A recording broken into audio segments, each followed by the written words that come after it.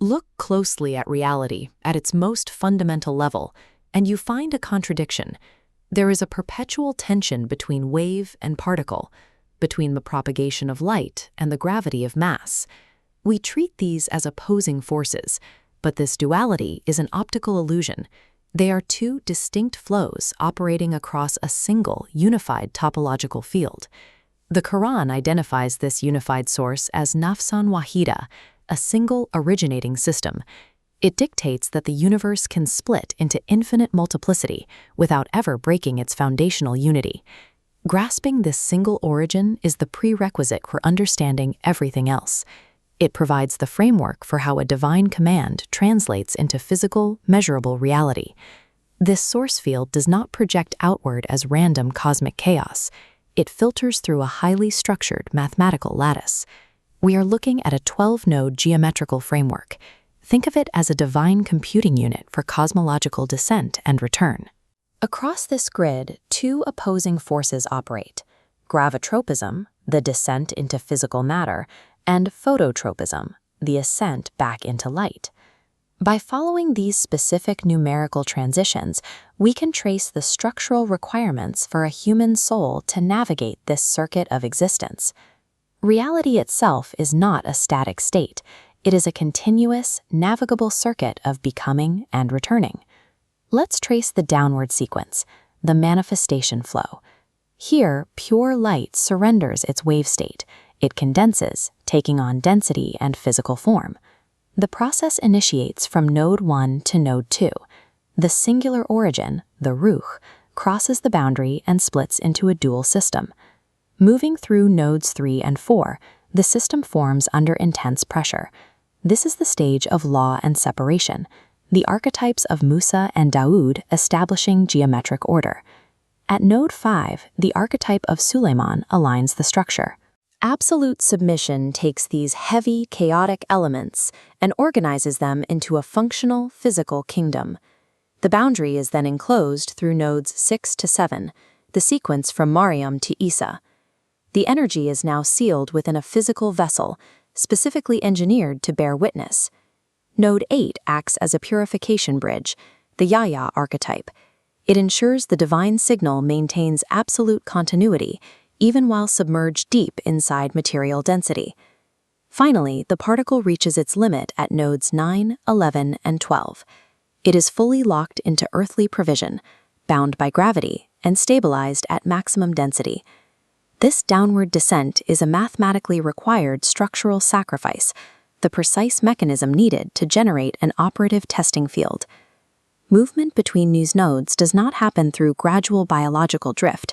It occurs in a series of strict quantum jumps.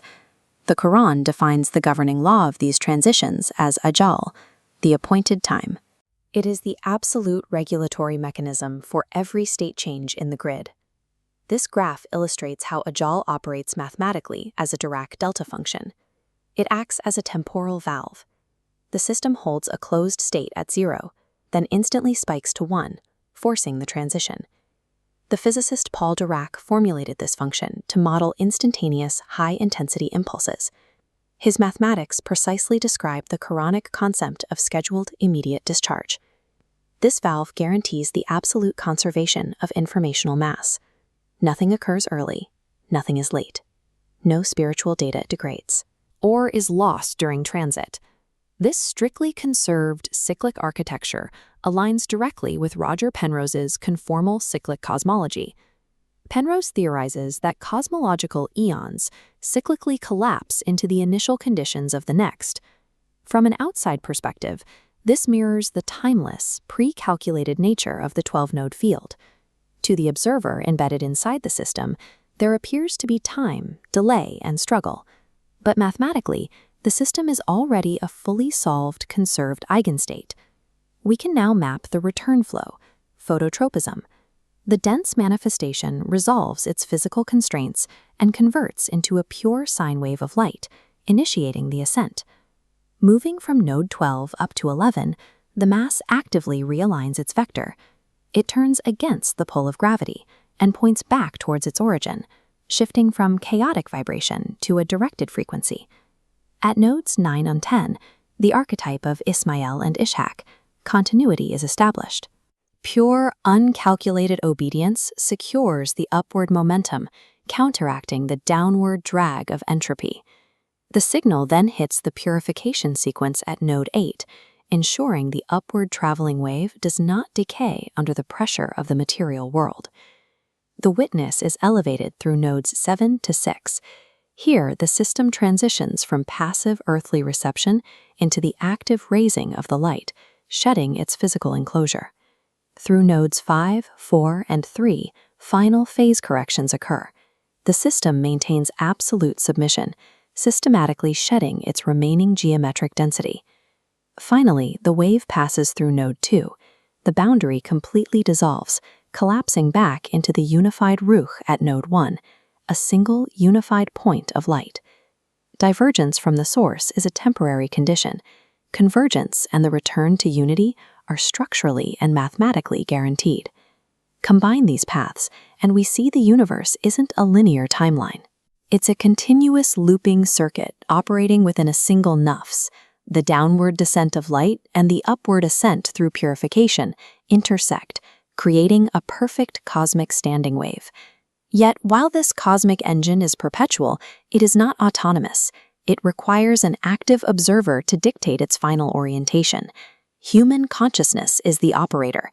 It forces the probability lattice to collapse either toward vertical symmetry, which is truth, or into horizontal fragmentation. The human soul functions as the system's chloroplast, the active biological and spiritual converter driving this universal engine. This brings us to the mechanism of operation.